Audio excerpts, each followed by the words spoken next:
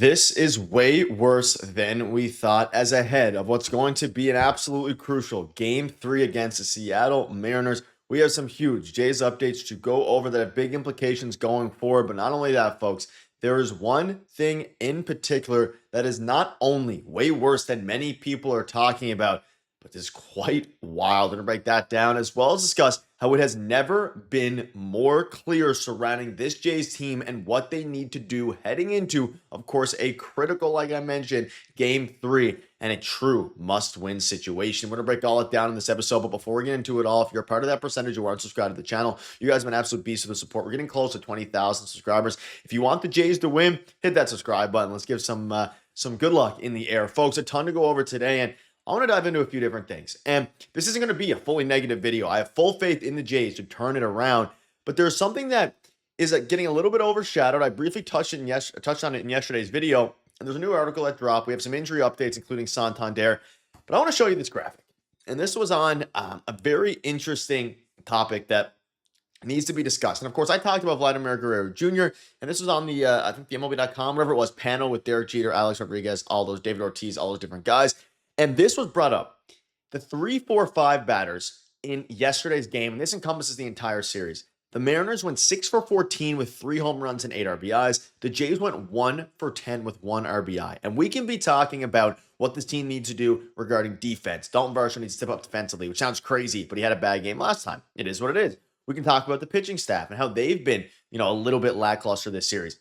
Folks, the guys that need to hit and then hit really well in the series against the Yankees, even beyond Vladimir Guerrero Jr., they haven't been hitting. 1 for 10. That is a lot worse than I even knew at the time. And you look at some of the stats, like the Mariners are doing exactly what the Jays did to the Yankees, and it's crazy how quick things flip, but it has never been more clear about what this Jays team needs to do.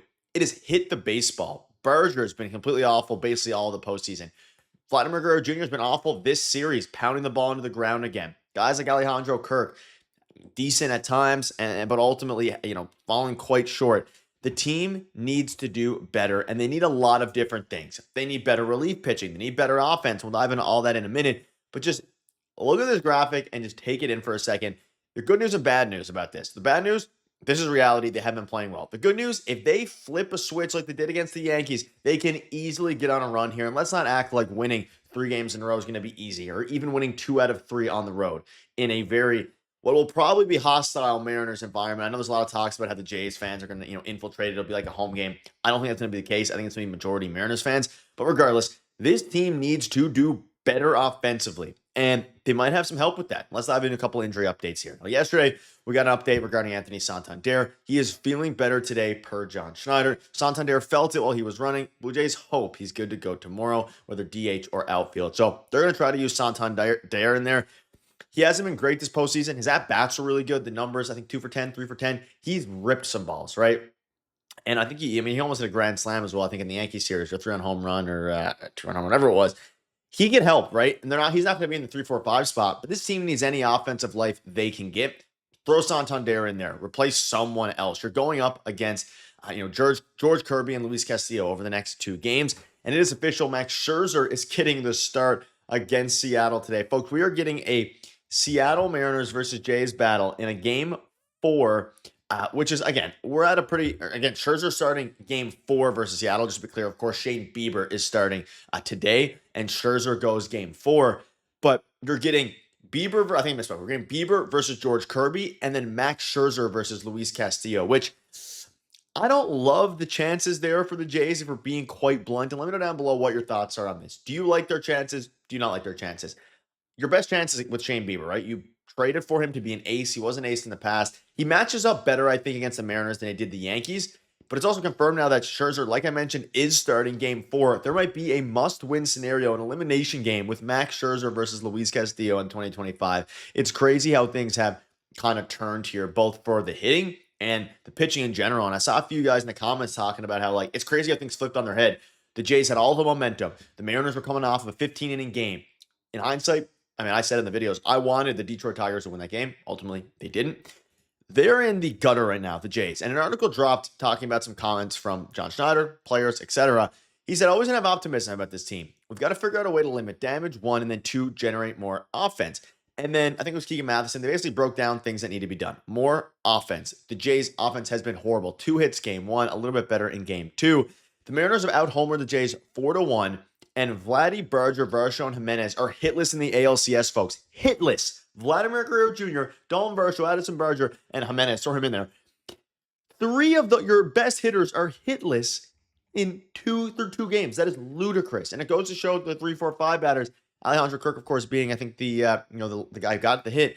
Unbelievable. And it's in the bad position they're in right now. You can talk about the relief pitching, and there's talks about how, Louis Varland needs to be better. Momentum can swing quickly. All these things. Better defense from, Dalton Varsho.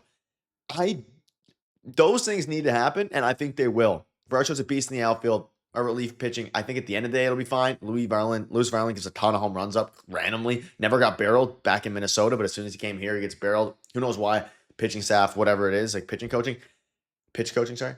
What on earth is happening with this team? Like, it's and again, a lot of these games, like, we know that their offense was bad, but like the more you dive into it, like, Lord, outside of Nathan Lucas, the team has been absolutely atrocious. Alejandro Kirk a little bit as well with the clutch hit.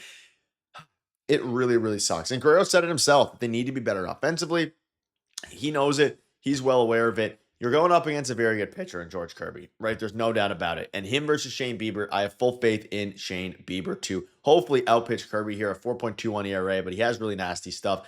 The Jays can do this. And then you're going up against Luis Castillo the next day, 3.54 ERA. Velocity's way down. The advanced analytics are way down. These are winnable games. You win those 2, you tie the series. And then what? Anything can happen. They have to take care of business. There's no ifs, ands, or buts about it at this point. We know the team doesn't want the season to end. No one does. None of us as fans want the season to end.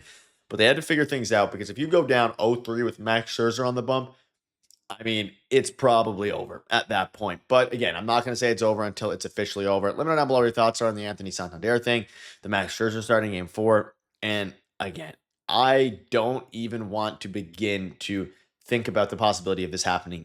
Again, I'm talking about going this specifically right here, going 1 for 10. It's bad. The offense needs to step up, folks. And MLB teams that lead 2-0 have advanced 78 of 93 times, so 84%. Can the Jays do it? Maybe. The Diamondbacks did it in 2023, went all the way to the World Series.